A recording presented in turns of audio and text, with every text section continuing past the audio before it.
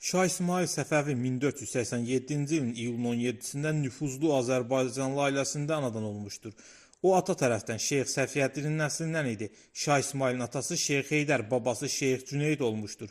Onun anası Aləmşah bəyim Ağqoyunlu hökmdarı Uzun Həsənin qızı Sultan Yaqubun bacısı idi. 9 iyul 1488-ci ildə Təbəssəranda Şirvanşah qoşunu ilə döyüşdə qızılbaşlar məğlub olur. Şeyx Heydər isə öldürülür. Ölümündən sonra Sultan Yaqub tərəfindən İsmail, anası və qardaşları Sultan Əli və İbrahim ilə birlikdə Şiraz yaxınlığındakı İstaxır qalasında həbs olunur və 5 il burada saxlanılır. Bir müddətdən sonra Uzun Həsənin nəvəsi Sultan Rüstəm Səfəvilərdən istifadə etmək məqsədi ilə onları həbsdən azad etdirib, müstəqil hakim kimi Sultan Əlini Ərdəbilə qaytarır. Şeyx Heydərin böyük oğlu Sultan Əli atasının işini davam etdirir və həlak olmazdan əvvəl qardaşı İsmaili təriqət şeyxi vəzifəsinə varis təyin edir. Sultan Əlinin və Sultan Rüstəmin birləşmiş qüvvələri 1493-cü ildə Baysunquru məğlub edirlər. Sultan Rüstəm əsas rəqibini məğlub etdikdən sonra Səfəvilərə qarşı siyasətini dəyişir.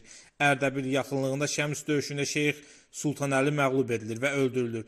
Qızılbaşlar Şeyx İsmail və qardaşı İbrahimi Ərdəbildə gizlətdikdən sonra Rəşdə, daha sonra isə Lahicahana Gilanın Biyebiş vilayətinin hakimi Mirzə Əlinin yanına gətirirlər. O tanınmış alim Şəmsəddin Lahicanini ərəb və fars dillərini öyrətmək, Quran oxumaq üçün İsmailin və qardaşının tərbiyəçisi təyin edir. İsmailin yerini öyrənən Ağqoyunlu sultanı ona ələ keçirmək üçün adamlarını Mirzə Əlinin yanına göndərir. Mirzə Əli 10 yaşlı İsmaili xilas etmək üçün onu səbətə qoyur və səbəti ağacdan asdırır. Sultanın adamları Mirzə Əlidən İsmailin burada olduğunu bildiklərini və onu təslim etməsini tələb etdikdə Mirzə Əli Qurana and içir ki, İsmail Gilan torpağında deyil.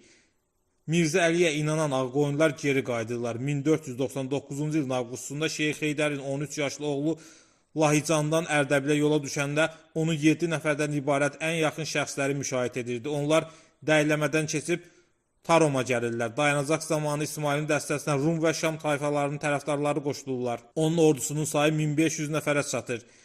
Ərzincanda Qızılbaş ağsaqqalları müşavirəsində hərbi yürüşün istiqaməti məsələsi müzakirə olunur. Qərar alınır ki, İsmail Şirvanşah Fərrux Yasara qarşı yönəldilsin. 1500-cü ildə Fərrux Yasara qarşı 7000 Qızılbaş hücuma keçir. 1500-cü ilin payızında Şirvanşahlar və Qızılbaşlar arasında qanlı döyüş baş verir. İsmailin 7000-lik süvarisi 20.000-lik Şirvanşah qoşununu məğlub edir. Fərrux Yasar öldürülür, başı kəsilərək İsmailin ayaqları altına atılır. İsmail uzun çəkməyən mühasirədən sonra 1501-ci ilin baharında Bakını alır. 1501-ci ilin ortalarında Ərvəd Mirzə onları Şərur düzündə qarşılayır. Şərur döyüşündə Əlvand Mirzənin 30 minlik ordusu İsmailin 7 minlik qoşunu tərəfindən darmadağım edilir. 1501-ci ilin payızında Təbrizə daxil olan İsmail özünü şah elan edir. Bununla da paytaxtı Təbriz olan Azərbaycan Səfəvilər dövlətinin əsası qoyulur.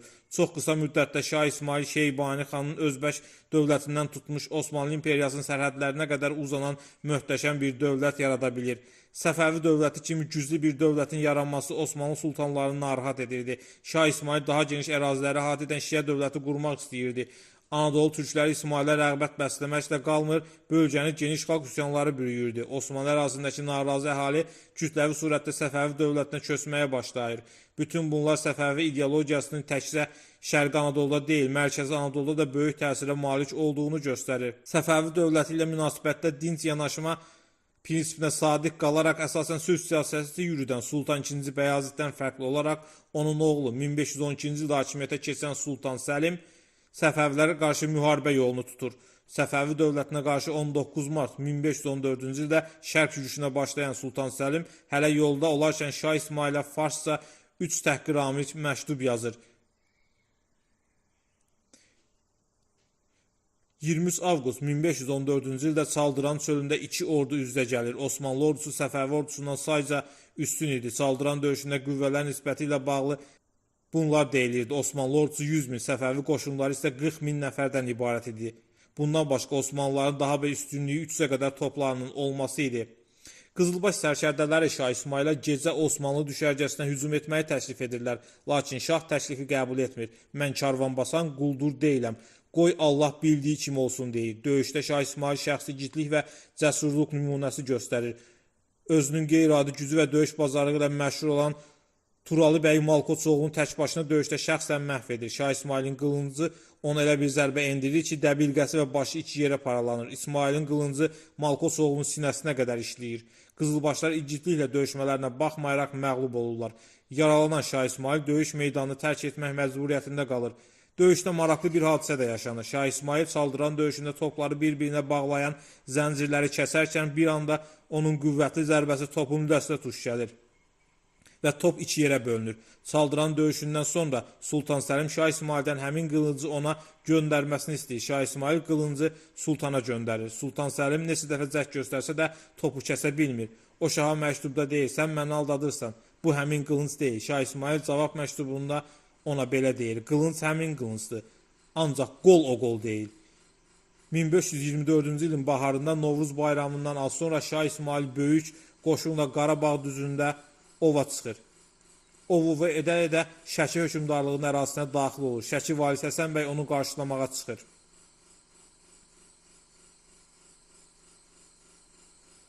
Əlahəzrət Şahın ov etmək sevdasına və dağlara tamaşa etmək həvəsinə malik olduğu üçün hökm verir ki, qazilər və Şəki əyanları Gürcüstanla Şəki arasında yerləşən Şahdağı ilə məşhur olan yerdəki cüyürlər və digər vəhşi heyvanları qovub bir yerə toplasınlar. Belə nəql edirlər ki, keçmiş sultanlar o vilayətdə Şahdağına pənah aparan ovun ardınca getməzlər və buna görə də dağda çoxlu cüyür vardı. Heç bir kəs o cüyürlərə dəyib dolaşa bilmir, çünki onların ovlanması uğursuzluq əlaməti hesab olunurdu. Bu məsələni şaha ərz etsələr də o buna məhəl qoymur və ovun başlanmasını əmr edir. Hökmdarlar çoxlu cüyür və saysız-hesabsız vəhşi heyvanları Şahdağında ovlayıb Ərdəbilə tərəf geri qayıdır, lakin yolda ağır xəstələnir və Ərdəbildən tələm-tələsik Təbrizə yola düşür. Sərab yaxınlığındakı Mənqutay adlı yerdə halı o qədər ağırlaşır ki, düşərgə salmalı olurlar. Həkimlərin müalicəsi bir fayda vermir. Şah İsmail 23 may 1524-cü ildə vəfat edir. Nəşi Ərdəbilə gətirilib Şeyx Səfi məqbərəsində dəfn edilir.